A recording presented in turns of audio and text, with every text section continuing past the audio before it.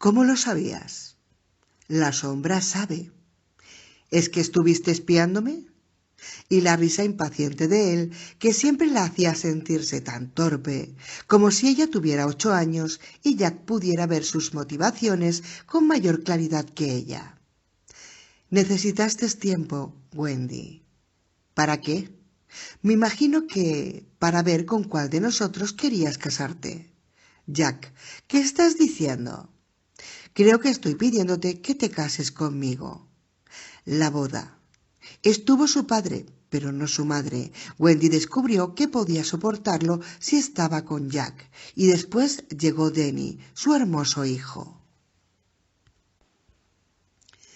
Ese había sido el mejor año y la mejor cama. Cuando nació Denny, Jack le había conseguido un trabajo, hacer copias a máquina para media docena de profesores del departamento de inglés. Cuestionarios, exámenes, resúmenes de clase, fichas de libros, listas de lecturas. Wendy acabó copiando para uno de ellos una novela que jamás llegó a publicarse, para el más irreverente y reservado júbilo de Jack.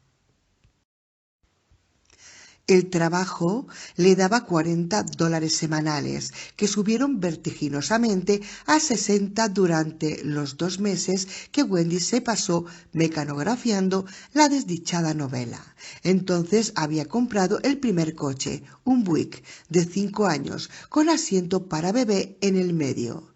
Matrimonio joven, brillante, en ascenso por la pirámide. Denny impuso una reconciliación entre Wendy y su madre, una reconciliación que siguió siendo tensa, nunca feliz, pero, a fin de cuentas, una reconciliación. Cuando Wendy le llevó a su hijo, fueron sin Jack. Y luego no le dijo a su marido que su madre era quien cambiaba los pañales a Denny, quien ponía peros a la dosificación de los biberones y quien detectaba los primeros signos que acusaban erupciones en las nalgas del bebé o en los genitales. Su madre jamás decía nada abiertamente, pero el mensaje llegaba de todas maneras, el precio que Wendy había empezado a pagar y que tal vez seguiría pagando siempre. Para la reconciliación era la sensación de no ser buena madre. Así le seguía apretando las clavijas. Durante el día, Wendy se quedaba en casa, hacía los trabajos caseros, daba los biberones a Denny en la soleada cocina del departamento de 4 habitaciones que tenían en un segundo piso y escuchaba música en el destartalado tocadiscos portátil que conservaba desde la escuela secundaria.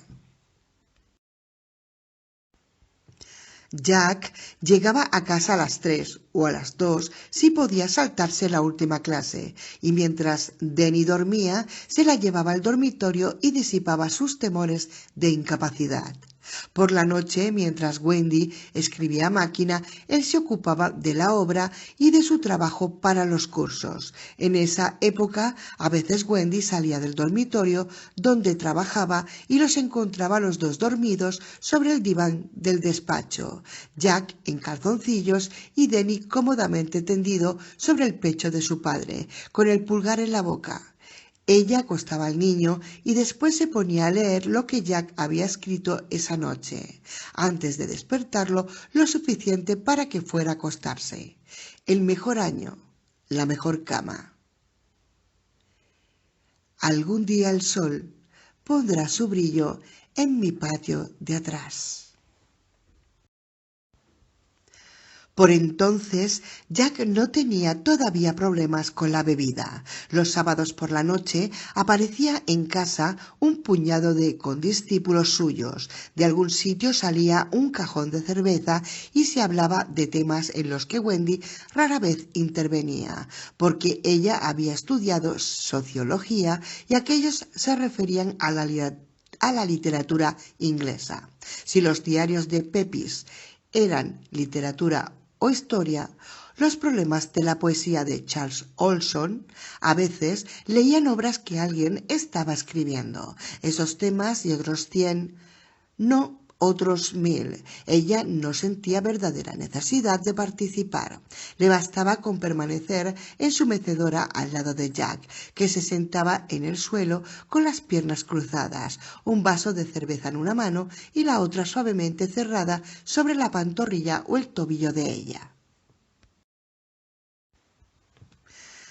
La competencia universitaria había sido reñida y Jack llevaba la carga adicional del escritor, actividad a la que dedicaba 1 hora todas las noches, por lo menos como cosa de rutina. Las sesiones de los sábados eran una terapia necesaria, que permitía que en él se soltara algo que, si seguía acumulándose, podía hincharse y deshincharse hasta hacerlo estallar. Cuando finalmente se graduó, consiguió el trabajo en Stovington, sobre todo gracias a la fuerza de sus relatos, de los cuales por entonces llevaba ya publicados 4, uno de ellos en Esquire.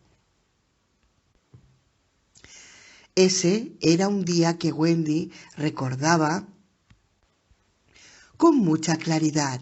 Le harían falta más de 3 años para olvidarlo. Ella estuvo a punto de tirar el sobre, pensando que era un ofrecimiento de suscripción, pero al abrirlo se encontró con que Esquire quería publicar a comienzos del año siguiente el cuento de Jack, Los agujeros negros. Le pagarían $900, no en el momento de la publicación, sino cuando aceptara. Era lo que se podía ganar casi en 6 meses de hacer copias a máquina. Y Wendy voló al teléfono, dejando a Denny cómicamente sorprendido en su sillita alta, con la cara llena de puré de guisantes y picadillo de carne. 45 minutos más tarde, Jack llegaba de la universidad, en el Buick, hundido bajo el peso de 7 amigos y un pequeño barril de cerveza. Después de un brindis ceremonial, en el que Wendy también aceptó un vaso, aunque habitualmente no le gustara la cerveza, Jack firmó el formulario de aceptación y tras ponerlo en el sobre, salió a echarlo en el buzón de la máquina. Al volver, lo saludó gravemente desde la puerta, diciendo: «Beni, vidi, vinci». Hubo hurras y aplausos, y a las 11 de la noche, cuando el barril quedó vacío, Jack y otros 2 que todavía estaban en condiciones de andar se fueron a hacer un recorrido por los bares. Wendy lo llamó aparte en el vestíbulo de abajo. Los otros 2 ya estaban en el coche, cantando con voces de borrachos el himno de New Hampshire. Jack, con una rodilla en el suelo, intentaba torpemente anudarse los zapatos. «Jack», le dijo Wendy, «no deberías ir. Si no puedes siquiera atarte los zapatos, mucho menos conducir». Con calma, él se levantó y le apoyó las manos en los hombros. «Esta noche podría ir hasta la luna, si quisiera». «No», se opuso Wendy, «no hay cuento del Esquire que lo valga. Volveré temprano». Pero no volvió hasta las 4 de la mañana, tambaleándose y farfullando mientras subía la escalera, y despertó a Denny al entrar. Después, al tratar de calmar al bebé, lo dejó caer al suelo. Wendy, conjeturando lo que habría dicho su madre si lo viera, antes de pensar en ninguna otra cosa. «Que Dios me ayude, que Dios nos ayude a ambos». Se precipitó a levantar a Denny y se sentó con él en la mecedora para calmarlo. Durante la mayor parte de las 5 horas en que Jack estuvo ausente, ella las pasó pensando en su madre y en su profecía de que Jack jamás llegaría a nada. «Grandes ideas», había dicho su madre. «Seguro que tiene grandes ideas. Las instituciones de asistencia están llenas de idiotas cultos que tienen grandes ideas». ¿Y el cuento publicado en el Esquire le daba la razón a su madre o no? «Winifred, ¿no es esa la manera de tener un bebé en brazos? Dámelo». Tal vez ella tampoco supiera cómo tener a su marido. Si no, ¿por qué buscaba él alegrías fuera de la casa? Un terror que tenía algo de desvalecimiento había ganado a Wendy, sin que jamás se le ocurriera pensar que él podía haberse ido por razones que nada tenían que ver con ella. «Te felicito», dijo mientras mecía a Denny, que de nuevo estaba casi dormido. «Tal vez le hayas producido una conmoción». «No es más que un chichón». La voz de Jack era hosca, aunque quería mostrarse arrepentida, la de un niñito. Durante un instante Wendy lo odió. «Tal vez, y tal vez no», dijo fríamente, y al decirlo oyó en su propia voz tanto de la voz de su madre cuando hablaba con su padre, que se sintió hastiada y asustada. «De tal madre tal hija», masculló Jack. «Vete a acostar», le gritó ella, y en su voz el miedo sonaba a cólera. «Ve a acostarte, que estás borracho».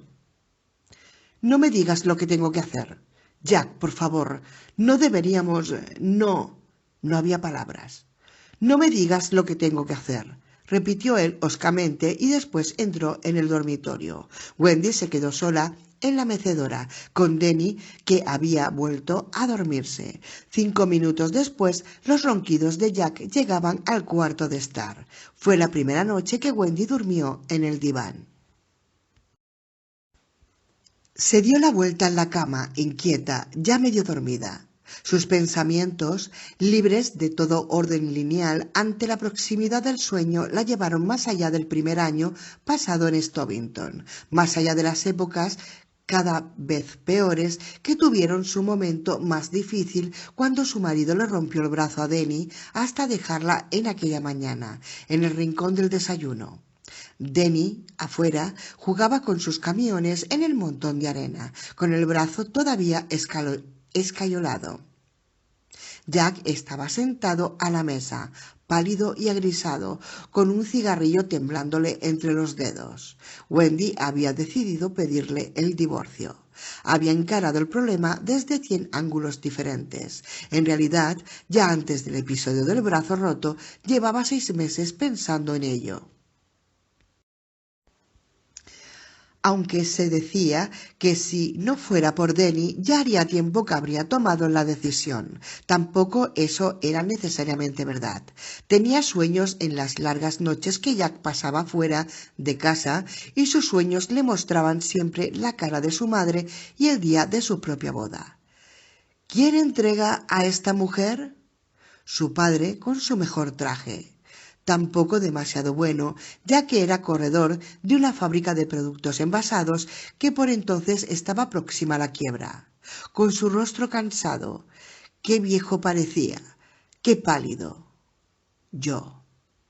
Ni siquiera después del accidente, si es que se le podía llamar accidente, había sido capaz Wendy de plantearse con claridad las cosas, de admitir que su matrimonio era una derrota desproporcionada. Había dejado pasar el tiempo en la oscura esperanza de que ocurriera un milagro y de que Jack viera lo que estaba sucediéndole, no solo a él, sino a ella. Pero las cosas no habían mejorado. Una copa antes de irse a clase, 2 o 3 cervezas en el almuerzo, en Stovington House, 3 o 4 martinis antes de cenar. 5 o 6 más corrigiendo las pruebas de los alumnos. Los fines de semana aún peores, y peores todavía las noches en que salía con Al Shockley. Wendy jamás se había imaginado que en una vida en que nada andaba físicamente mal pudiera haber tanto dolor. Sufría continuamente y ¿cuánto era culpa de ella? Esa pregunta la obsesionaba. Se sentía como su madre, como su padre. A veces, cuando se sentía ella misma, se preguntaba cómo viviría Denny las cosas, y le aterraba pensar en el día en que tuviera edad suficiente para culparlos. También se preguntaba dónde podrían ir. Era indudable que su madre la acogería y era indudable también que después de 6 meses de verla cambiándole otra vez los pañales a Denny o preparándole de nuevo las comidas, de llegar a casa y encontrarse con que su madre lo había cambiado de ropa o le había cortado el pelo o con que los libros que a ella no le parecían bien habían ido a parar al limbo del desván. Después de 6 meses así, Wendy tendría un colapso nervioso.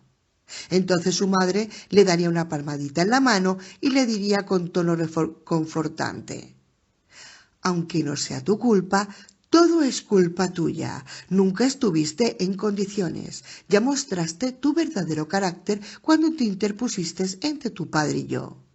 Mi padre, el padre de Denny, el mío, el de él. ¿Quién entrega a esta mujer?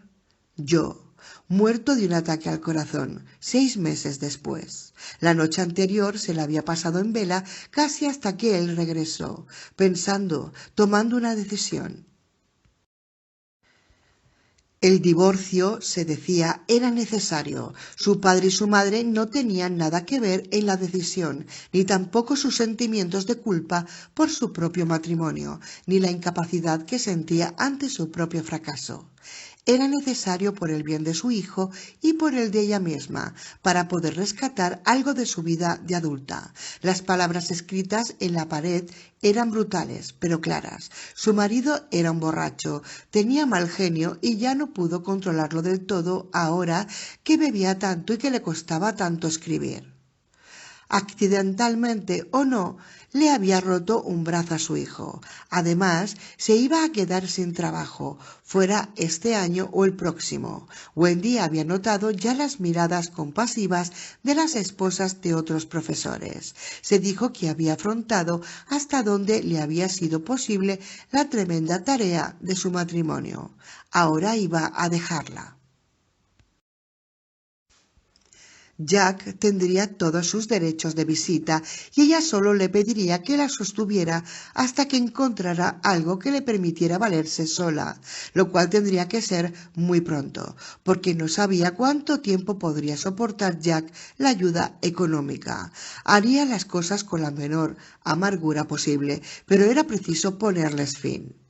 Así, pensando, había caído en un sueño superficial e inquieto, asediada por los rostros de su padre y de su madre.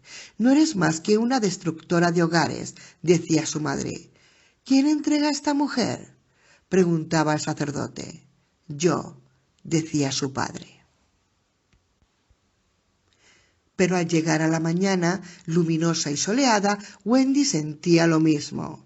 De espaldas a él, con las manos sumergidas hasta las muñecas en el agua tibia y jabonosa, había empezado por lo desagradable. Quiero hablarte de algo que puede ser lo mejor para Denny y para mí. Y para ti también, tal vez. Creo que tendríamos que haber hablado antes de eso. Y entonces él le había dicho algo raro. Wendy esperaba desatar su cólera, provocar amargura y recriminaciones. Esperaba verlo correr como un loco al mueble bar. Lo que no esperaba era esa respuesta suave, inexpresiva casi, que le pareció tan impropia de él.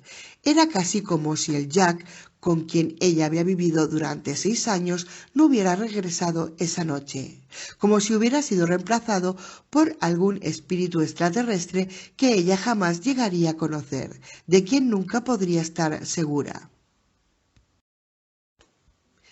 ¿Quieres hacer algo por mí? ¿Hacerme un favor? ¿Qué? A Wendy le había costado controlar la voz para que no le temblara. Que lo hablemos dentro de una semana, si quieres todavía. Y ella había cedido. El asunto quedó sin hablar entre ellos. Durante esa semana, Jack vio más que nunca a Al Shockley, pero volvía a casa temprano, sin que su aliento oliera alcohol. Wendy se imaginaba que olía, pero sabía que no. Otra semana y otra más. El proyecto de divorcio se disolvió a la comisión, sin haber sido votado. ¿Qué había sucedido? Wendy seguía preguntándoselo, pero sin tener todavía la menor idea. El tema era tabú entre ellos. Jack era como un hombre que al dar la vuelta a la esquina se hubiera encontrado con un inesperado monstruo al acecho, agazapado entre los huesos secos de sus víctimas anteriores.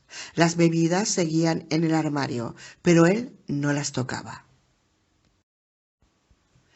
Una docena de veces Wendy pensó en tirarlas, pero en definitiva siempre retrocedía ante la idea, como si con esa acción pudiera romper algún ensalmo desconocido. Y había que pensar también en la parte de Denny. Si Wendy tenía la sensación de desconocer a su marido, lo que le inspiraba a su hijo era pavor. Pavor en el sentido estricto de la palabra, una especie de terror supersticioso indefinido. Mientras dormitaba, se le apareció la imagen del momento en que había nacido el niño. De nuevo se encontró sobre la mesa de partos, bañada en sudor, con el pelo enredado, los pies apoyados en las perneras y un poco ida por el gas que seguían dándole a respirar. En algún momento había murmurado que se sentía como un anuncio de violación en grupo, y a la enfermera, una vieja pájara que había ayudado en tantos partos como para poblar una escuela secundaria, le había parecido divertidísimo. Y el médico entre las piernas, con la enfermera a un lado, disponiendo de los instrumentos y tatareando. Los dolores agudos y vidriosos se producían a intervalos cada vez más cortos y había gritado varias veces, pese a su vergüenza. Después el médico le había dicho con mucha seriedad que debía empujar y Wendy lo hizo. Al instante sintió que sacaban algo de ella. Fue una sensación clara y concreta que jamás olvidaría, la de la cosa que le sacaban. El médico levantó entonces a su hijo por las piernas y al ver el sexo minúsculo ella supo inmediatamente que era un varón. Pero mientras el médico le quitaba la mascarilla había algo más, algo tan horrible que le permitió reunir fuerzas para gritar después de haber creído que se había quedado ya sin gritos. No tiene cara. Pero claro que tenía cara, la dulce carita de Denny, y la membrana que la había recubierto al nacer estaba ahora en un frasco donde ella la había guardado, casi avergonzada. Aunque no aceptara la antigua superstición, de todas maneras Wendy había guardado la membrana. Ella no estaba de acuerdo con esas historias viejas, pero su hijo había sido excepcional desde el primer día. Tampoco creía en la clarividencia, pero... ¿Papá ha tenido un accidente? He soñado que tenía un accidente. Algo había cambiado a Jack. Wendy no creía que fuera solamente el hecho de que ella hubiera decidido pedirle el divorcio. Algo había sucedido antes de esa mañana. Algo ocurrido mientras ella dormitaba, inquieta. Al Shockley dijo que no había pasado nada, en absoluto, pero había apartado los ojos al decirlo, y si uno no daba crédito a las habladurías de la facultad, Al también había abandonado la bebida. ¿Papá ha tenido un accidente? Tal vez un choque casual con el destino. No podía ser nada mucho más concreto. Ese día y al siguiente, Wendy leyó el periódico con más atención que de costumbre, pero no vio nada que pudiera relacionarse con Jack. Dios no lo permitiera. Lo que buscaba era un accidente en que los conductores hubieran huido, o una pendencia en algún bar que terminara con algún herido grave, o ¿cómo saberlo? ¿Y quién sería? ¿Y quién quería saberlo? Pero no fue ningún policía, ni a hacer preguntas, ni con una orden de registro que le permitiera tomar una muestra de pintura de los parachoques del Volkswagen. Nada, nada más que ese giro de 180 grados en su marido y la pregunta soñolienta de su hijo al despertarse. ¿Papá ha tenido un accidente? He soñado que... Wendy siguió junto a Jack por el bien de Denny en mayor medida de lo que ella misma admitía estando despierta, pero ahora en esa somnolencia podía admitir que su hijo había pertenecido a Jack por derecho propio, casi desde el comienzo, de la misma manera que ella casi desde el comienzo había sido de su padre. No recordaba que Denny hubiera vuelto jamás un biberón sobre la camisa de Jack. El padre podía conseguir que el niño comiera cuando ya Wendy había abandonado el intento. Incluso cuando Denny estaba echando los dientes y masticar se le hacía visiblemente doloroso. Cuando al pequeño le dolía el estómago, Wendy lo acunaba durante 1 hora antes de que empezara a calmarse. Jack no tenía más que levantarlo y dar con él un par de vueltas por la habitación para que se le quedara dormido sobre el hombro, con el pulgar tranquilamente metido en la boca. Sin protesta alguna, le cambiaba los pañales, aunque fueran los que él llamaba de entregas especiales. Se pasaba horas enteras sentado con Denny, haciéndolo saltar sobre sus rodillas, haciéndole juegos con los dedos, poniéndole caras feas mientras el pequeño le tiraba de la nariz y terminaba ahogándose de risa. Le preparaba los biberones y se los daba como un profesional, sin olvidarse de sostenerlo hasta el último eructo. Lo llevaba consigo en el coche cuando iba a buscar el periódico o una botella de leche o a comprar clavos a la ferretería, y eso cuando su hijo era todavía un bebé. Cuando Denny no tenía más de 6 meses, se lo había llevado incluso a un partido de fútbol entre Stovington y Keene. Y el niño se había quedado inmóvil en las rodillas de su padre durante los 2 tiempos, envuelto en una manta, aferrando un banderín de Stovington en su puñito regordete. Denny quería a su madre, pero era de su padre. ¿Acaso Wendy no había percibido una y otra vez la informulada oposición de su hijo ante la sola idea del divorcio? A veces pensaba en eso en la cocina, dando mentalmente vueltas a la idea, al igual que daba vueltas a las patatas mientras las pelaba para la cena. Y al volverse, lo veía sentado con las piernas cruzadas en una de las sillas de la cocina, mirándole con ojos que le parecían tan asustados como acusadores. Mientras andaba con él por el parque, el niño le aferraba súbitamente las manos y le preguntaba, casi la interpelaba: ¿me quieres? ¿Quieres a papá? Y ella, confundida, hacía un gesto afirmativo o le decía: claro que sí, tesoro. Entonces Denny corría hacia el estanque de los patos, que ante la mínima ferocidad de su ataque salía volando, graznando asustados hacia el otro lado, con grandes aleteos de pánico, dejándola a ella sola, mirando pensativamente a su hijo. Había veces en que incluso le parecía que su propia decisión de hablar, por lo menos del asunto con Jack, se evaporaba, y no por su propia debilidad, sino bajo la determinación de la voluntad de su hijo. Yo no creo en esas cosas. Pero en el sueño las creía, y en el sueño, mientras la simiente de su marido seguía secándosele entre los muslos, Wendy sintió que ellos tres, estaban como soldados en forma permanente. Si esa unidad trina hubiera de ser destruida, no sería ninguno de ellos quien la destruyera, sino algo de fuera. Esa convicción se centraba principalmente en su amor por Jack. Wendy jamás había dejado de quererle, a excepción tal vez del periodo de sombras que siguió inmediatamente al accidente de Denny, y quería también a su hijo, pero sobre todo los quería a los dos. Le encantaba verlos andar o salir en el coche o simplemente estar sentados, la cabeza de Jack y la cabecita de Denny atentas a las peripecias de un dibujo animado en la televisión, o compartiendo una botella de coca, o mirando las historietas en el periódico. Le gustaba tenerlos con ella y esperaba que el buen Dios hiciera que ese trabajo de vigilante del hotel que Al había conseguido a su marido fuera el comienzo, nuevamente, de los buenos tiempos. Y el viento se levantó, niño, y aventó lejos mis blues. Suave, dulce, tibia, la canción volvía y se demoraba, hundiéndose con ella en un sueño cada vez más profundo, donde el pensamiento se interrumpía y los rostros que aparecían en los sueños desaparecían en el olvido. 7. En otro dormitorio.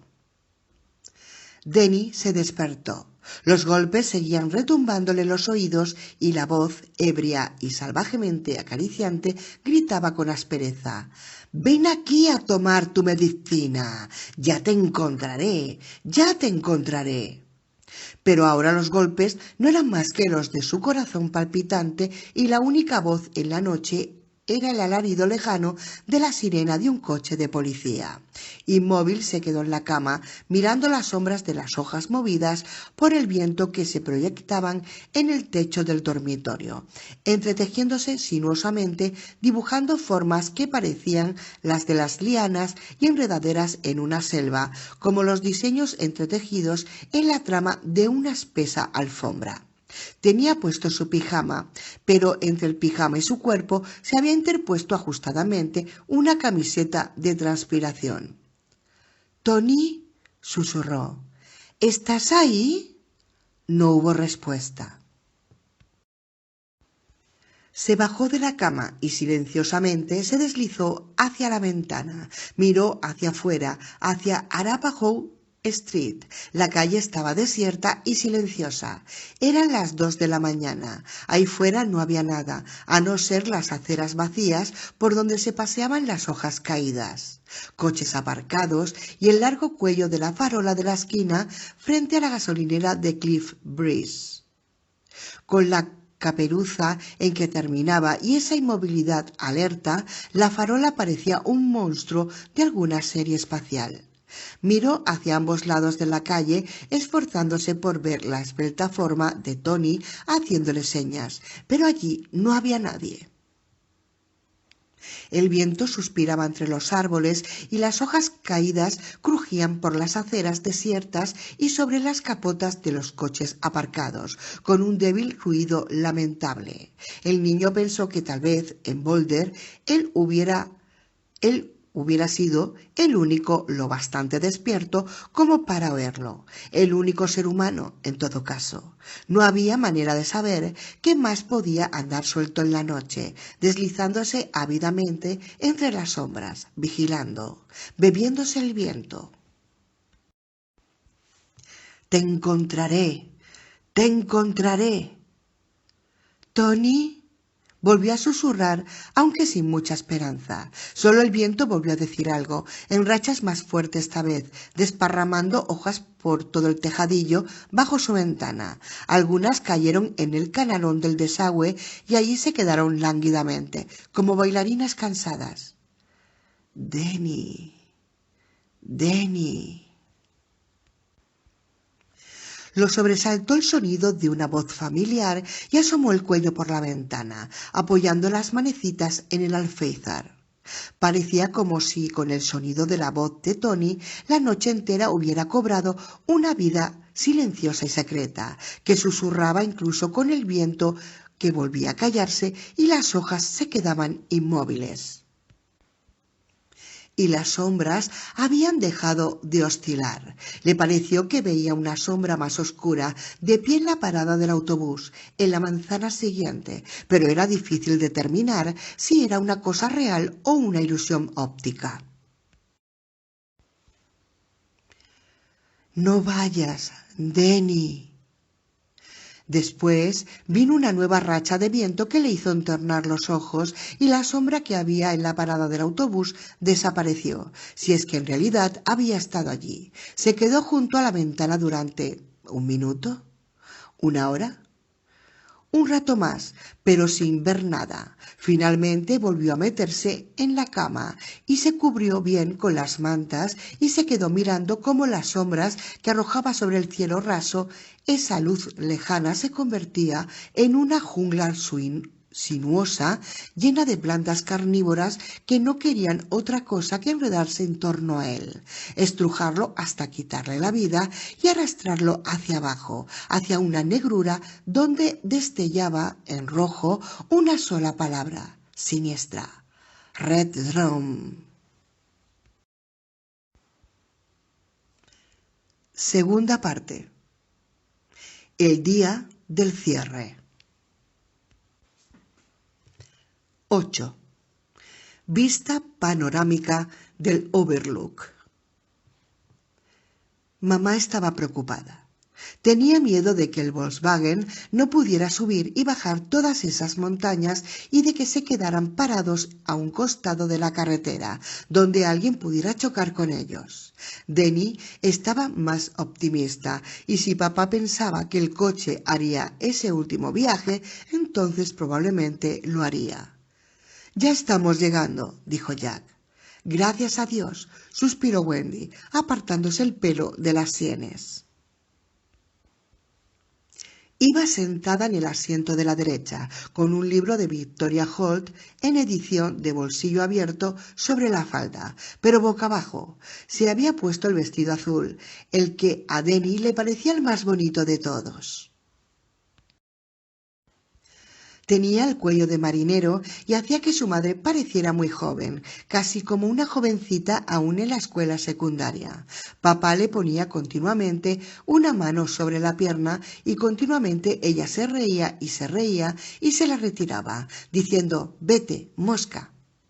Denny estaba impresionado con las montañas. Un día papá los había llevado a las que había cerca de Boulder, esas que llamaban los Flitirons, pero estas eran mucho más grandes y sobre las más altas se podría ver como un espolvoreo de nieve, y papá decía que por lo general allí había nieve durante todo el año.